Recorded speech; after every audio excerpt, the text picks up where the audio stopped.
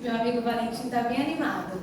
Não vou fingir costume, porque eu tava pensando assim, né? Desde já, isso aqui já é uma superação. Já é uma superação eu estar aqui, já é uma superação todos nós estarmos juntos.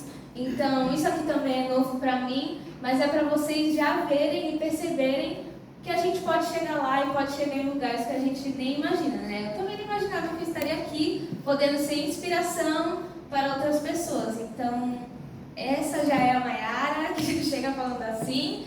E uma coisa que eu gosto muito é de humildade. Eu prezo pela humildade, então, assim como eu sou humilde, eu inspiro e também desejo que as pessoas sejam, porque nós precisamos de humildade para viver um com o outro, né? Para começar, quem aqui me conhece? Eu não conheço. Temos pessoas aqui que já me conhecem, que são pessoas que me apoiam, meus amigos, minha família, pais de amigos. E tem pessoas que vão me conhecer hoje. Então, antes de tudo, eu vou me apresentar, né? Meu nome é Mayara Blanco. Tem Lício Blanco, mas meu nome é Mayara Blanco.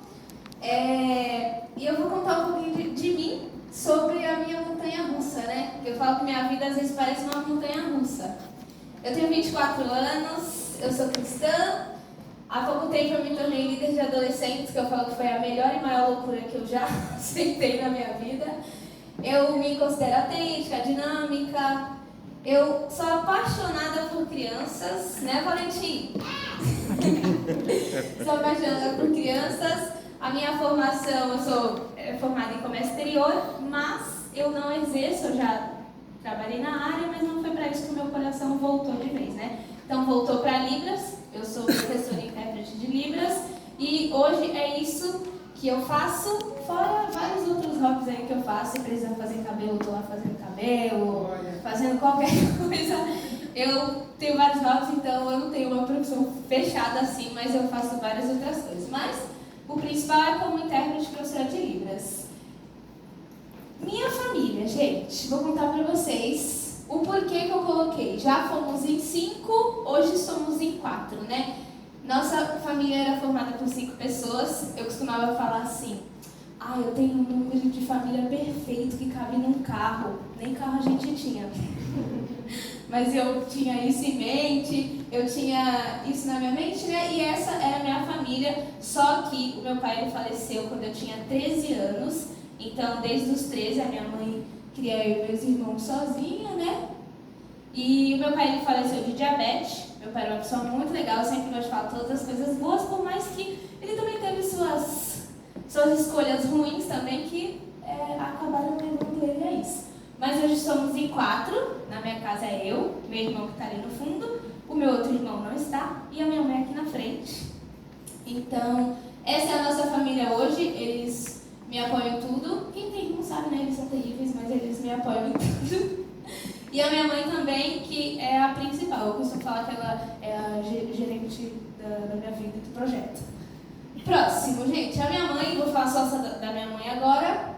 Eu falo que ela é a minha inspiração, por mais que às vezes minha mãe fica assim, faz, eu não sou a senhora. Mas eu falo que a minha mãe é a minha inspiração, porque desde que eu sou pequena, por que eu me tornei essa Mayara? Essa Mayara que gosta de ações, gosta de população, gosta de solidariedade, tudo isso, porque eu sempre vi minha mãe fazendo e falando. Desde que eu sou pequena, minha mãe sempre ia para as comunidades, sempre fazia evangelismo, sempre fazia ações em todos os lugares, sempre estava buscando isso. Pode passar. E aqui tem algumas fotos da minha mãe na época, e tudo isso eu fui vendo. Então, tudo isso foi, pegando um pouquinho no meu coração, eu fui querendo... Minha mãe nunca falou, faz isso, seja missionária. Não, eu sempre fui vendo, sempre fui acompanhando, e por eu estar sempre nesses momentos, eu sou quem eu sou hoje. Então, 50% da minha vida, das minhas escolhas, foi por ver e viver tudo que minha mãe vivia. E é uma superação também, porque criar os 3 filhos juntos e permanecer ali, no caminho, não é fácil, mas ela conseguiu. E aí eu fui crescendo, né? Fui crescendo, e com 13 anos, gente, eu me interessei pela Libras. Tem uma amiga aqui que está lá atrás, que foi quando eu comecei um curso, né, com 16, assim.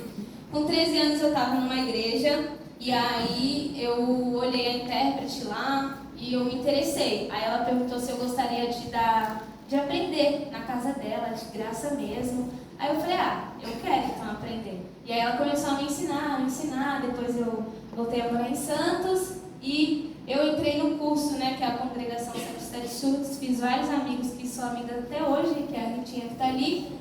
E aí comecei, só que juventude vocês sabem, né, vai oscilando, uma hora eu deixava Libras pra lá, uma hora eu parava, trabalhei no comércio exterior, mas sempre a Libras ali na minha vida. Só que o meu despertar pela Libras começou ali. Aí eu fiz vários cursos, básico, intermediário, fiz workshops, fiz tudo isso e fui vivendo a Libras um pouquinho mais separada, mas sempre a Libras ali. Só que essa foto daqui é atual, né, que foi há pouco tempo, mas há uns 2 anos, 3 anos assim, eu decidi viver de verdade a Libras e saber que eu gostava, né. Então, a Libras começou na minha vida assim. E o coração voltando já para ver as pessoas que necessitavam, como eu via os surdos na igreja, eu via os surdos nos lugares.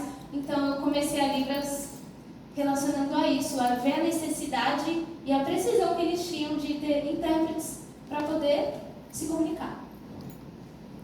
Aí, gente, onde entra a parte de solidariedade, a parte de vulnerabilidade, eu coloquei assim, acessibilidade, vulnerabilidade, necessidade, sempre batendo na porta do meu coração.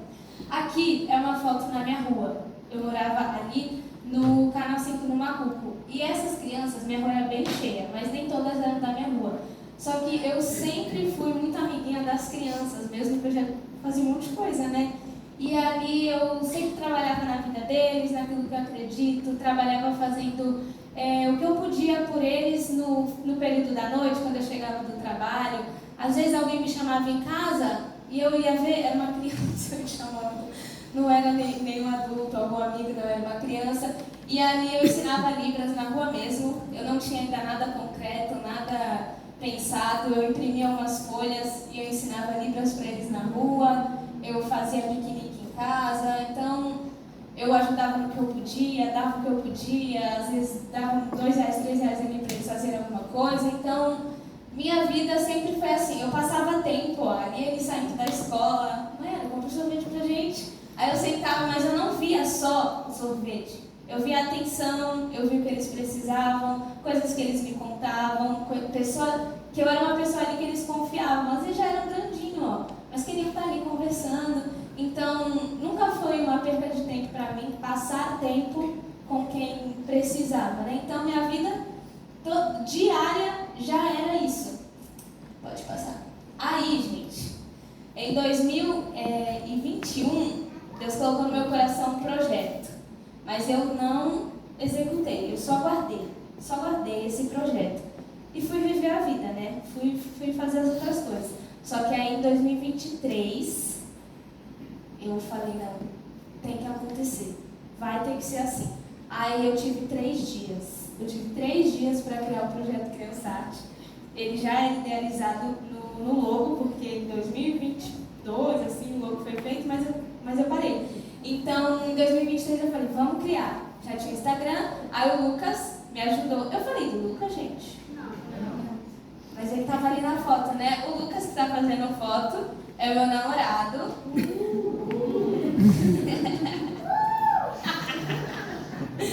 E ali com o Lucas, só que o Lucas só era meu amigo na época que eu criei o Criançarte, né? Assim, na época do logo. E ele sempre foi me ajudando. E depois a gente virou namorado, olha como as coisas são.